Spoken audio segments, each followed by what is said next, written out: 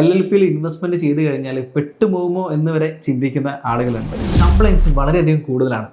നമ്മൾ board meetings, annual general meeting, കമ്പനിക്കുള്ള പല പ്രിവിലേജസും LLPക്കും ഉണ്ട്.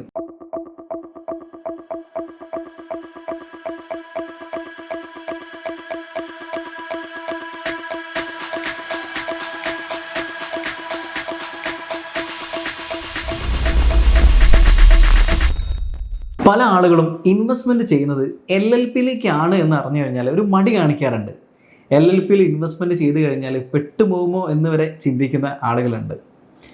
ഒരു സ്ഥാപനം ഇൻവെസ്റ്റ്മെൻറ്റ് വാങ്ങുന്നുണ്ടെങ്കിൽ അവർ പറ്റിക്കണം എന്ന് വിചാരിക്കുകയാണെങ്കിൽ അതിനിപ്പം LLP ആണെങ്കിലും കമ്പനി ആണെങ്കിലും പാർട്ണർഷിപ്പ് ആണെങ്കിൽ വരെ അവർക്ക് പറ്റിക്കാവുന്നതാണ്.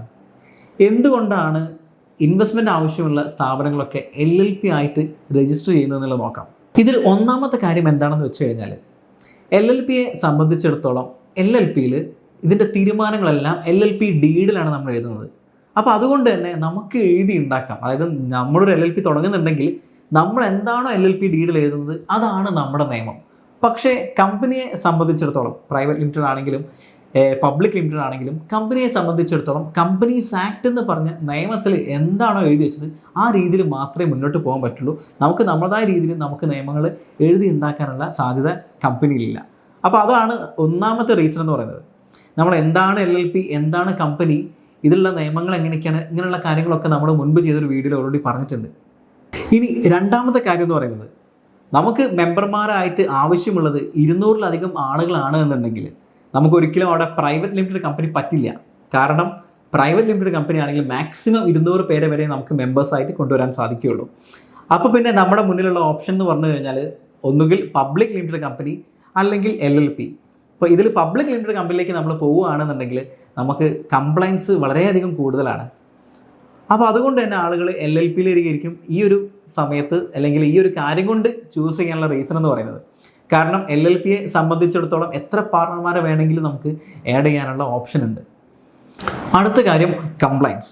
ഒരു പ്രൈവറ്റ് ലിമിറ്റഡ് കമ്പനിയെ സംബന്ധിച്ചിടത്തോളം, ഇനി പ്രൈവറ്റ് ലിമിറ്റഡ് ആണെങ്കിലും പബ്ലിക് ലിമിറ്റഡ് ആണെങ്കിലും, അതായത് കമ്പനീസ് ആക്ട് പ്രകാരം രജിസ്റ്റർ ചെയ്യുന്ന കമ്പനികൾക്ക് LLP അപേക്ഷിച്ച് നോക്കുകയാണെന്നുണ്ടെങ്കിൽ കംപ്ലൈൻസ് വളരെയധികം കൂടുതലാണ്. നമ്മൾ board meetings, annual general meetings, statutory registers, അപ്പോൾ ഇത്തരത്തിലുള്ള കംപ്ലൈൻസ് വളരെയധികം കൂടുതലാണ്. അപ്പോൾ അതുകൊണ്ട് തന്നെ ഒരു കംപ്ലൈൻസ് പാർട്ട് നോക്കുന്ന സമയത്ത് ആളുകൾ പലപ്പോഴും കംപ്ലൈൻസിനെ പറ്റി താല്പര്യമില്ലാത്ത ആളുകളാണെന്നുണ്ടെങ്കിൽ പലപ്പോഴും LLPയിലേക്കാണ് പല ആളുകളും ചൂസ് ചെയ്യാറുള്ളത്.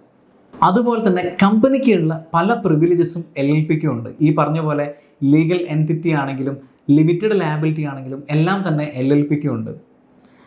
മാത്രമല്ല നമുക്കറിയാം LLP, ഞാൻ നേരത്തെ പറഞ്ഞ പോലെ തന്നെ നമ്മുടെ നിയമങ്ങൾ നമുക്ക് തന്നെ എഴുതി ഉണ്ടാക്കാൻ പറ്റാവുന്നതാണ് LLP എന്ന് പറയുന്നത്. അപ്പോൾ അതുകൊണ്ട് തന്നെ നിങ്ങൾ ഇൻവെസ്റ്റ് ചെയ്യുന്നത് LLPയിലാണെങ്കിൽ യാതൊരു കാരണവശാലും നിങ്ങൾ പേടിക്കേണ്ടതോ അല്ലെങ്കിൽ മടി കാണിക്കേണ്ടതോ ആവശ്യമില്ല. നിങ്ങൾ ഇൻവെസ്റ്റ്മെൻറ്റ് ചെയ്യുന്നുണ്ട് എന്നുണ്ടെങ്കിൽ നിങ്ങൾ ചെയ്യേണ്ട കാര്യം, നിങ്ങൾ നല്ലൊരു കമ്പനി സെക്രട്ടറിയെ കൺസൾട്ട് ചെയ്യുക. കമ്പനി തുടങ്ങിയപ്പോൾ മുതൽ, അതായത് നിങ്ങളുടെ ഈ LLP ഇൻവെസ്റ്റ് ചെയ്യാൻ പോകുന്ന LLP തുടങ്ങിയത് മുതൽ പ്രസൻറ്റ് ഡേറ്റ് വരെയുള്ള രജിസ്റ്റർ ഓഫ് കമ്പനീസിൽ രജിസ്റ്റർ ചെയ്തിട്ടുള്ള എല്ലാ എഗ്രിമെൻറ്റുകളും, ഇനീഷ്യൽ എഗ്രിമെൻറ്റ് മുതൽ ഇതുവരെയുള്ള എല്ലാ ഡീഡുകളും കൃത്യമായി പരിശോധിച്ച് LLPയെ പറ്റി കൂടുതൽ പഠിച്ച് മനസ്സിലാക്കിയതിന് ശേഷം മാത്രം നിങ്ങൾ എന്ത് ചെയ്യുക, ഇൻവെസ്റ്റ് ചെയ്യുക. Thank you so much.